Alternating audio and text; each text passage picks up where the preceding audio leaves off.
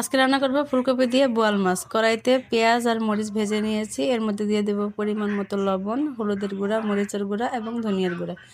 গুঁড়া মশলাগুলো ভালোভাবে নেড়ে চেড়ে মিশিয়ে নেব। সামান্য পানি দিয়ে মশলাটাকে কষিয়ে নেব। আমার দেখুন মশলাটা কষানো হয়ে গেছে। এই পর্যায়ে আমি আগে থেকে ধুয়ে রাখা ফুলকপিগুলো একে একে দিয়ে দেব। ফুলকপিগুলো দিয়ে মশলার সাথে ভালোভাবে নেড়ে চেড়ে মিশিয়ে নেব, যাতে করে মশলার সাথে ভালোভাবে সবজিটা মিশে যায়। কিছুক্ষণ নেড়ে চেড়ে এখানে 3 কাপ মতো আমি পানি দিয়ে দিয়েছি সিদ্ধ হওয়ার জন্য। নেড়ে চেড়ে কিছুক্ষণ সিদ্ধ হতে দেব। প্রায় 20 মিনিট মতো আমি রান্না করে নিয়েছি। এতে করে আমার সবজিটা পুরোপুরি সিদ্ধ হয়ে গেছে। এবারে আগে থেকে বোয়াল মাছ ভাজাগুলো একে একে দিয়ে দেব। মাছগুলো দেওয়া হয়ে গেছে।